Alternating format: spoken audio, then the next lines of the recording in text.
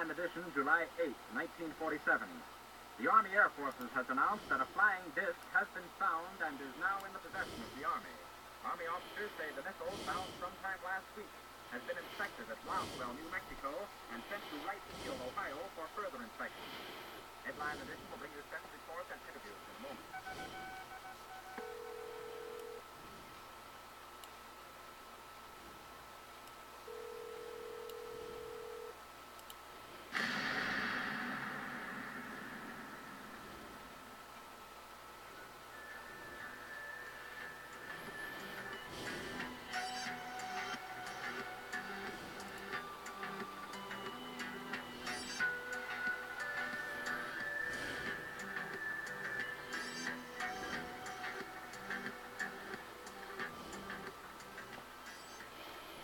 How you doing? This is a guy from Pittsburgh. And of course, as usual, the topic is George Noory. And I tried to listen to 2 Noory programs at once. I had it on the radio in the kitchen, tonight's program, about the missing people in the parks. And it kind of doesn't interest me that much because who knows why they're missing. And they've had that program on before, and once you heard it once, well, they're missing. Now they got more missing guys. They're still missing. So it doesn't interest me that much. But there's a missing plane out there, and that interests me a lot because I got books over there on the Bermuda Triangle, the Devil's Triangle. And this guy about the parks was talking about things named Devil.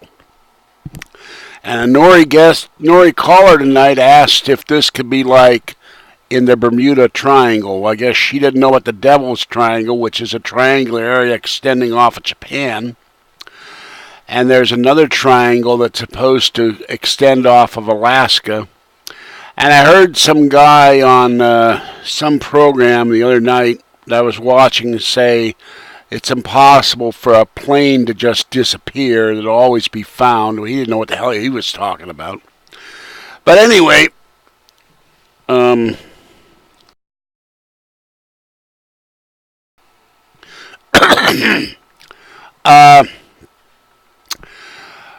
talking about this missing Malaysian Airlines jet, and there's all kinds of speculation. Fox just put out a news story where they got 2 Iranians with false passports who wanted to go from Iran to Turkey to Malaysia to China. Now, why, if you want to go to Europe, are you going all the way to Peking to get to Europe when you're in Iran? I don't get that one, and they claim that these guys aren't terrorists and have no terrorist ties. You ever notice that? They always say they have no terrorist ties, and then 6 months later we find out they got terrorist ties, and their mother's waiting for one of these guys at the airport. And I feel sorry for her, but it's kind of strange. You know, why would you steal a passport to get into a country legally? And one of these guys has got a passport he bought in Kuala Lumpur from an Italian guy named Luigi. Well, he ate one of the Mario Brothers. He ate from that Mario Brothers movie, and he don't look like no Luigi.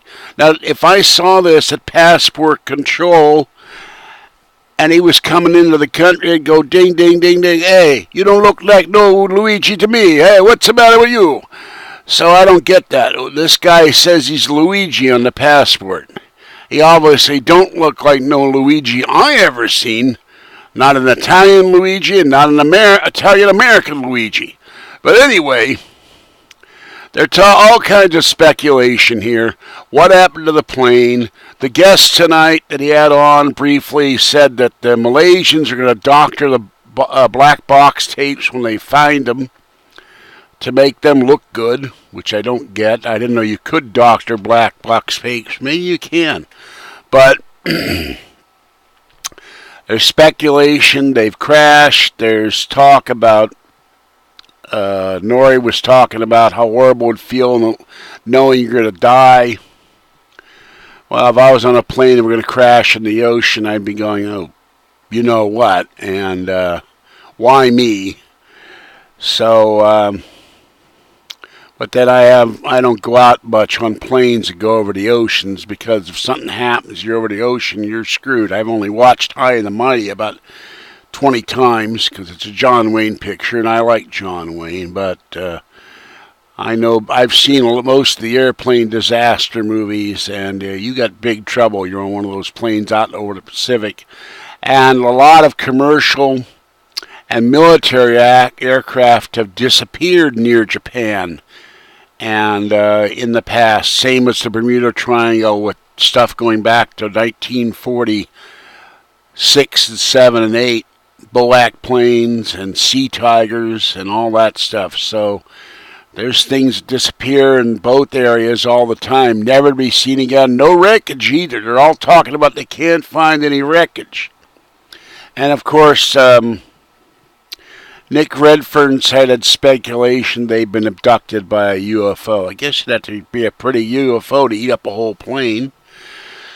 And I posted on my Facebook page, the guy from Pittsburgh, that maybe this is the work of terrorists on the plane who took over the plane and found a way to land it somewhere, robbed all the passengers of their money and valuables, and killed everybody, or took the women into slavery. There are white slavers still in the world, even though 2/3 of the plane's passengers are listed as Chinese.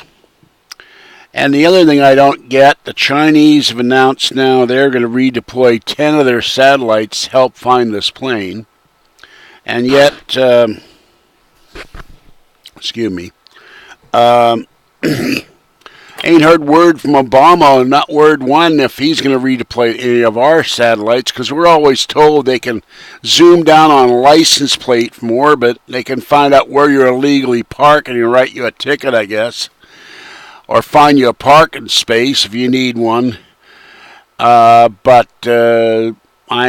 aren't our satellites being redeployed to find all these poor bastards on this plane that's out of fuel, and it's probably crashed in the ocean if it wasn't hijacked or captured by aliens or hit the water and it sank. Although I would think if it ran out of power, as they also said on the show tonight, that there'd be some kind of debris, because a plane doesn't drop from the sky and leave no evidence at all. There'd be an oil slick or something. This thing hadn't just taken off that long before this. So I don't know what to think about that. And I listened to other comments on tonight's show. Noory was talking about the 6.9 earthquake out in the ocean near San Francisco, and it didn't cause any damage. People felt all over. I didn't. And he brought in some earthquake expert, another one of these earthquake experts you never heard of, and he has a lot of experts you never heard of. I got the feeling that Noory goes out to the 7-Eleven when he goes to get his turkey sandwiches, and he sees some guy getting a 6-pack of beer, and he goes, "How you doing? I'm George Noory." And the guy goes, "Yeah." And Noory goes, "What are you getting? A beer?"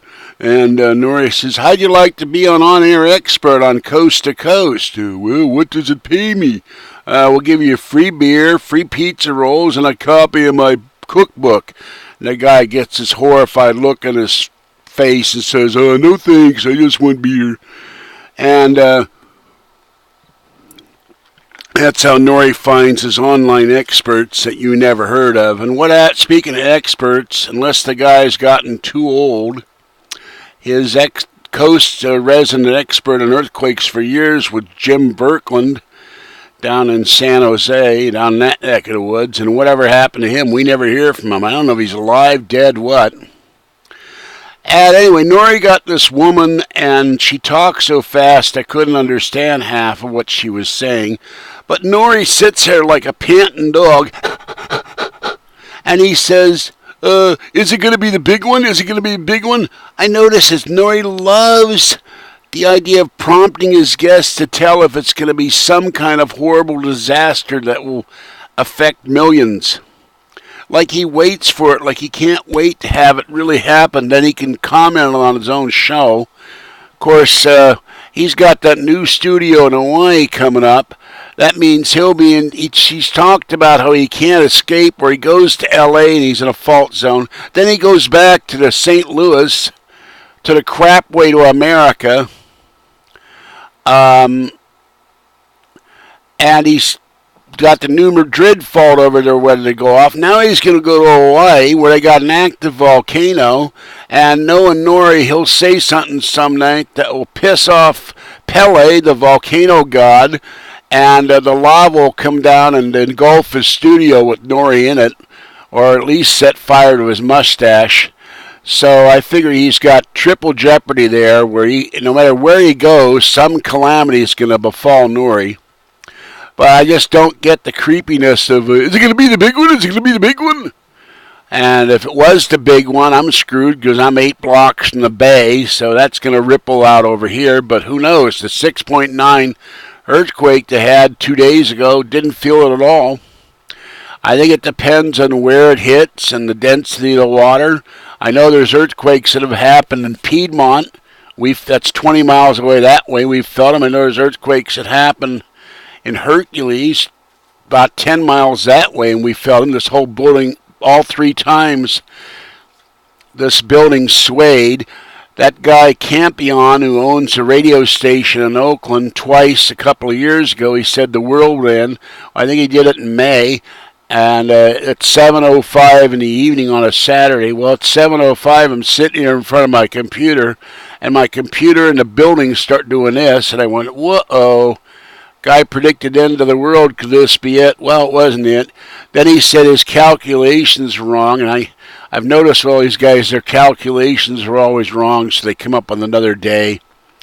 And then he said in September, and about 7:05 in September, bam, here comes another earthquake in Hercules. I think it was like a 6, maybe a 4. I don't remember the intensity, but you can look it up. So anyway, I don't know what to think of this plane. I know it's out of fuel. So if it isn't in the ocean, it didn't get abducted by aliens, and it didn't land by hijackers, then one option are you. That's your 3 options. Unless, for some reason, they landed it in China or Vietnam, Cambodia, Laos, on an island, and all the passengers were taken off. Of course,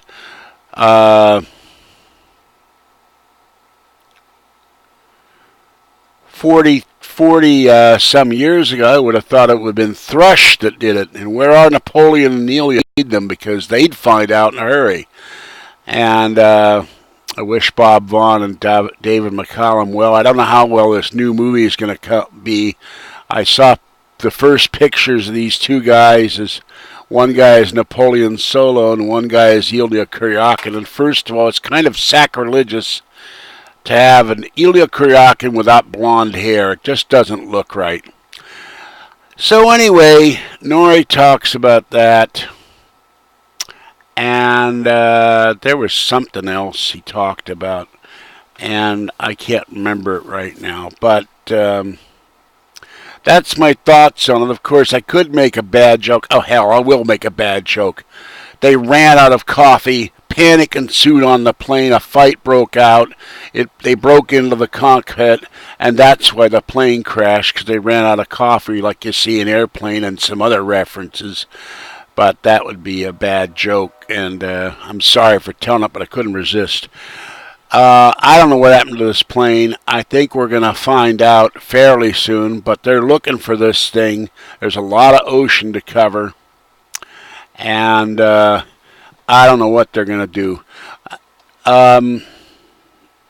I've uploaded I've put a lot of links from YouTube to Noory sites. I put the first one on the new guy on Saturday night. Still don't know why Premier fired John B. Wells. I didn't see anything wrong when they get this new guy. And let's see, what else is there? Noory said something that drove me nuts tonight too, and I can't think of it right now.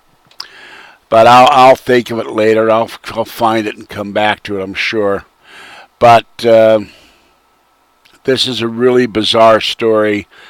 I don't think we've had a plane disappear we haven't had a plane disappear like this in a long time.